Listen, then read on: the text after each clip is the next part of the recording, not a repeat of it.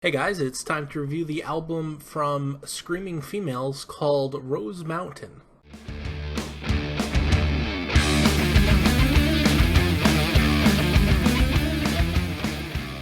So, Rose Mountain is actually the sixth studio album that we get from New Jersey based band Screaming Females. And the band is probably best known for their guitarist and frontwoman, Marissa Paternoster, who just creates some of these amazing guitar riffs. She was actually ranked as one of the best guitarists of all time, I believe it was by Rolling Stone. And she really kind of lives up to that name on this album.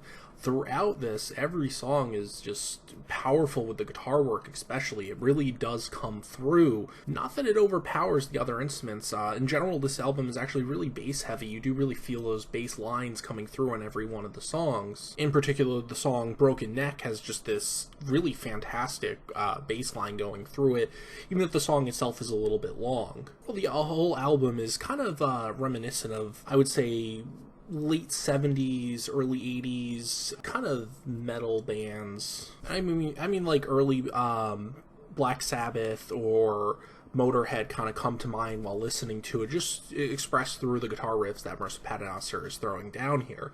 And it's all blended with this kind of new age indie rock, power pop kind of sound as well.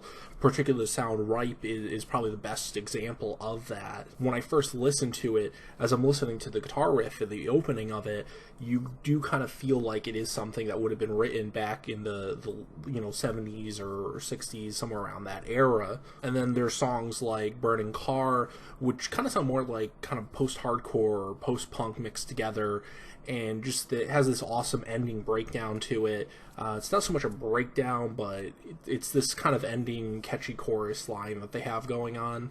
The title track, Rose Mountain, starts off with kind of this epic feel, this really kind of long metal intro, and then it breaks into this more calmer sound. The lyrics on this album deal with a lot of different things. Oftentimes, it sounds like you're talking about a lot of kind of going through a breakup or getting past something, particularly the track Hopeless. And there's also, besides her guitar work, there's a lot of strength in her voice. The vocal work from Marissa Paternoster is just absolutely fantastic on this album. She kind of has this wavering voice that just is deep and powerful at the same time. It's feminine and just it's really great to hear her do her vocals, and besides the guitar work that she's throwing down here. And obviously she's the front woman for this band, so she does get a lot of the attention, but like I said, this is a very bass heavy album. You do really feel those bass lines throughout, so definitely there's a lot of props to be given to the bassist as well.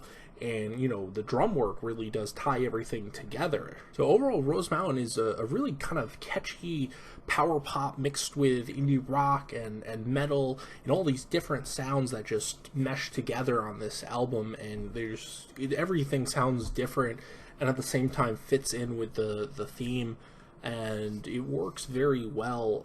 I really haven't listened to much of the Screaming Females, so I don't have a lot to compare this album to, but it's quickly becoming one of my favorite albums to listen to. A lot of it is catchy.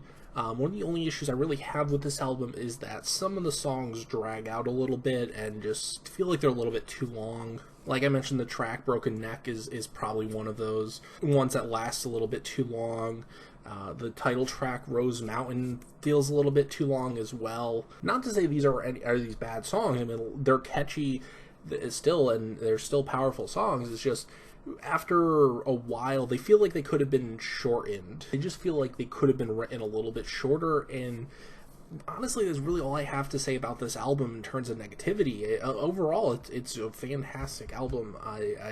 Again, best way to describe it is catchy, and a lot of that stems from that kind of power pop vibe that they have going on. Not to say that this album is poppy, but that kind of Weezer-esque sound, and mixed in with, like I said, the 70s metal sound they have as well. You have guitar riffs that are reminiscent, like I said, like Black Sabbath. You have some that are reminiscent of like Rush. So there's a lot of interesting things that are really going on with this album, and throughout it all, it's all just punctuated by Marissa Paternoster's guitar work and her vocal work as well. So if you're interested in any kind of that sound, I would suggest checking this album out. If you've never listened to Screaming Females before, definitely give them a chance. They're a fantastic band, and like I said, there's a reason why Marissa Paternoster was on that list of best guitarists of all time.